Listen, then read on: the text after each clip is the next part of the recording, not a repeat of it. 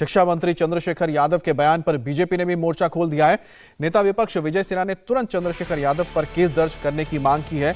विजय सिन्हा ने कहा है कि करोड़ों लोगों की भावनाओं को आहत किया गया है। ऐसे में चंद्रशेखर यादव को तुरंत मंत्रिमंडल से बर्खास्त किया जाना चाहिए।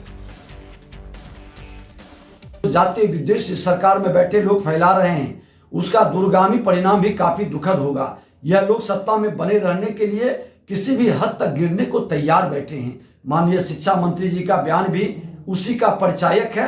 मुझे तो ताज्जुब है, किसी प्रदेश के शिक्षा मंत्री की भाषा ऐसी भी हो सकती है क्या? यह उनके विकृत मानसिकता को दर्शा रही है।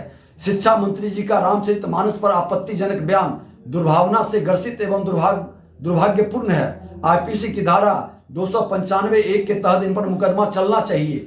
धर्म निंदा, ईश्वर निंदा पर भारत के कानून में सजा का प्रावधान है, जिसमें 1 साल से 3 साल तक की कारावास की व्यवस्था है। हमारी मांग है कि मुख्यमंत्री नीतीश कुमार जी और उप मुख्यमंत्री तेजस्वी यादव जी इन्हें तुरंत मंत्रिमंडल से बर्खास्त करें।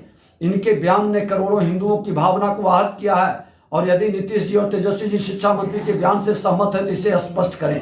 क्या आप मुद्रा लोन के लिए दर्जनों बैंक जाकर थक चुके हैं? आसानी से 10 लाख मुद्रा लोन कैसे प्राप्त करें सीखना है तो फ्रीडम ऐप को अभी डाउनलोड करें। रामचरितमानस को समझने के लिए भगवान की भक्ति, विवेक एवं निर्मल हृदय चाहिए, जिसे ये कपटी मंत्री कैसे समझेंगे।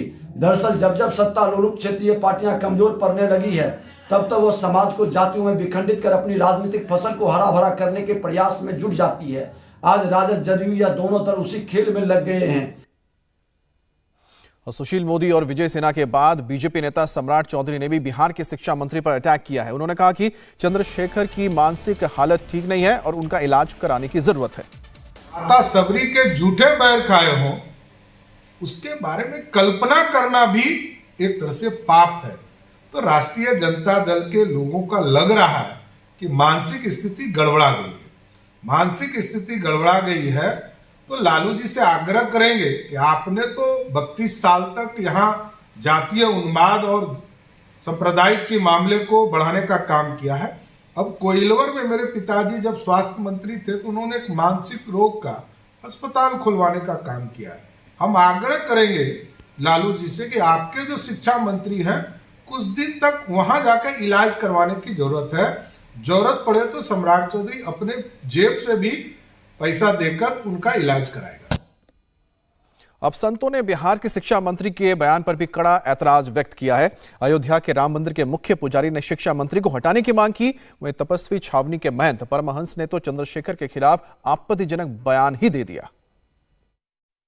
जिस प्रभु राम ने कोल भील सभी ऐसे छोटे बड़े सभी जातियों को अपने गले में लगाया और सबको मिला करके चला, यहाँ से सेना न ले जा करके बानर भालुओं के साथ मित्रता करके और लंका पर विजय प्राप्त किया, उस ऐसे ग्रंथ को, ऐसे रामचरितमानस को कह रहा कि नफरत फैलाने वाली है। वह उसको पता नहीं है कि रामचरितमानस क्या है।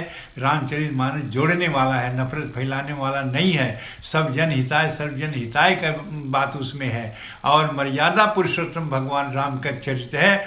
ऐसे कहने वाले जो शिक्षा मंत्री बिहार का है उसको तुरंत मंत्री पद से हटा देना चाहिए। बिहार के शिक्षा मंत्री ने जिस तरह से रामचरितमानस को नफरत फैलाने वाला ग्रंथ बताया है, इससे पूरा देश आहत है।